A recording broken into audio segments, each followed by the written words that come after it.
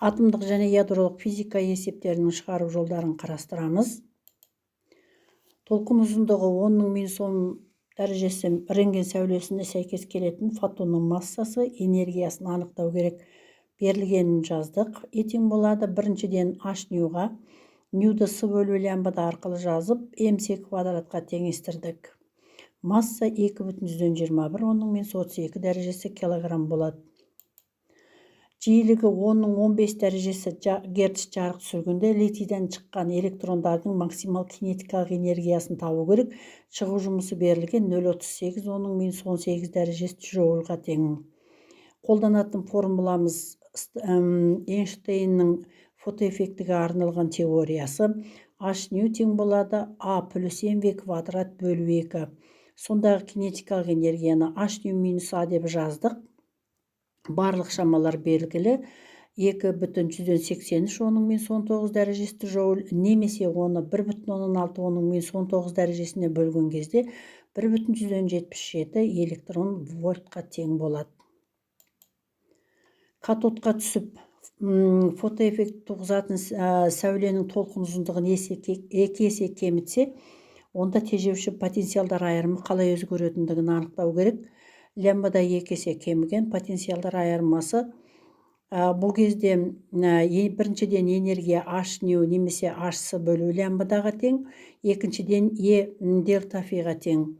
Теңестіремізде дельта фиді анықтайтын болсақ, h-сыны e лямбдаға бөлеміз. Бұл жерде потенциалдар айырма лямбдаға кері пропорционал болғандықтан, лямбда 2 есе кемсе, потенциалдар айырма 2 есе артатын болады.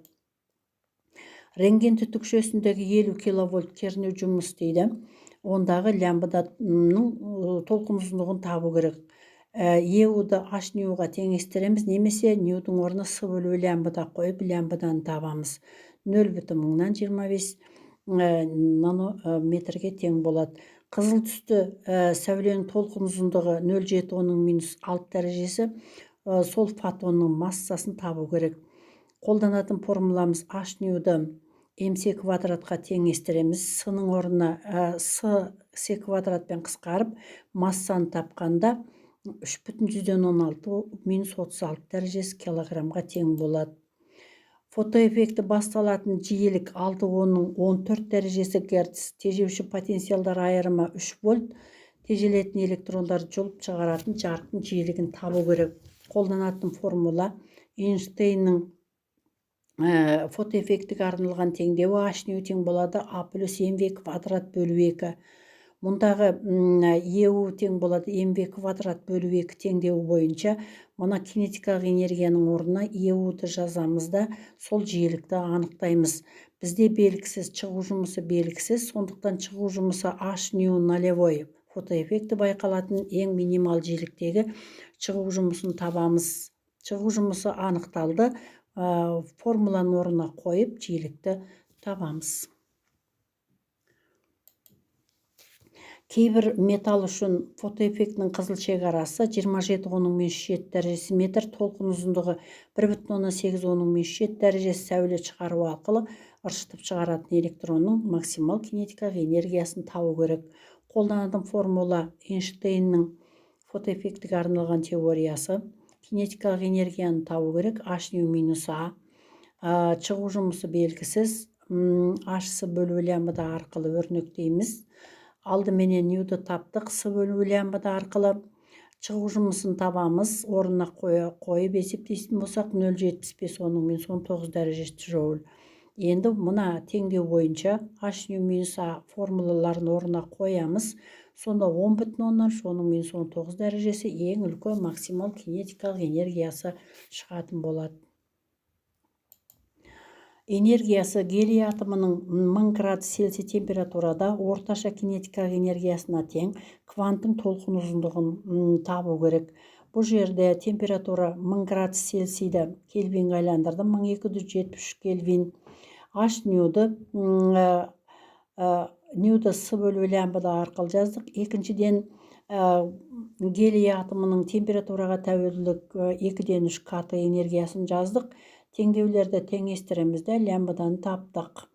2 ашсыны 3 катыға бөлдік. Мәндерін орнына қойып есептейтін болсақ, 2,6, оның -5 дәрежесі метр толқын ұзындығы шығады.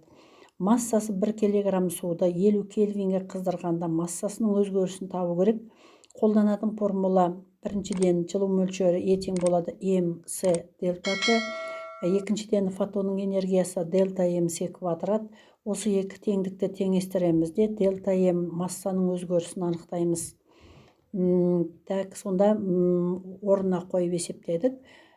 Массаның өзгерісі 2,3, оның -12 дәрежесі килограммға тең болады. Рубинді лазер бір импульс кезінде толқын ұзындығы 6,6, оның -7 дәрежесі метр болатын. 3,5, оның 19 дәрежесі фотон шығарады. Импульстың ұзақтығы берілген, оның -3 дәрежесі секунд. Лазердің сәуле шығарудағы орташа қуатын табу керек. Жалпы қуат дегеніміз ол А-ның Т-ға қатынасы. Ал бұл кезде А атқарылған жұмыс H ньюға тең. Т-ның өзін жаздық. Ньюді С бөлу лямбда арқылы өрнектейміз. Бұл бір фотон үшін, ал N фотон үшін N-ға көбейтілетін болады. Мәндерін орнына қойып есептедік. Сонда 10-13 дәрежесі ватт немесе 10 киловаттқа тең қуат өндірілетін болады. Егер уранның ядросы бөлінгенде 200 мегаэлектровольт энергия шығатын болса, 1 килограмм уранда бар ядролар толық ыдырағандағы бөлінетін энергияны анықтау керек. Бұл жерде бір ядроның энергиясы 200 мегаэлектровольт болғандықтан оны мега 10-6 дәрежесі, электрон вольт 1,6, оның -19 дәрежесі көбейтетін болсақ, 320, оның -13 дәрежесі джоуль болады. Массасы 1 килограмм уранда әгіндегі қанша энергия бөлінетіндігін тапқанда, бір ядроның энергиясын ядролардың санына көбейтеміз. Ал бізде ядроларының саны белгісіз, зат мөлшерінің екі формуласын қолданамыз. Массаның малярлыққа қатынасы N-ның N-ға қатынасына. Сонда мұндағы N атомдардың санын тапқанда, массаны N-ға көбейтіп малярлыққа бөлеміз. Массамыз 1 килограмм. Авогадро саны 6,2, оның 23 дәрежесі.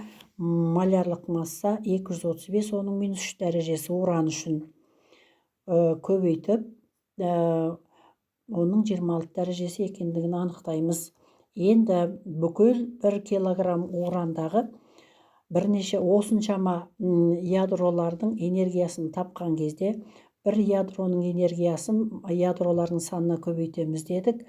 Сонда 320, оның -13 дәрежесін 6,2, оның 26 дәрежесіне көбейтіп 235-ке бөлеміз.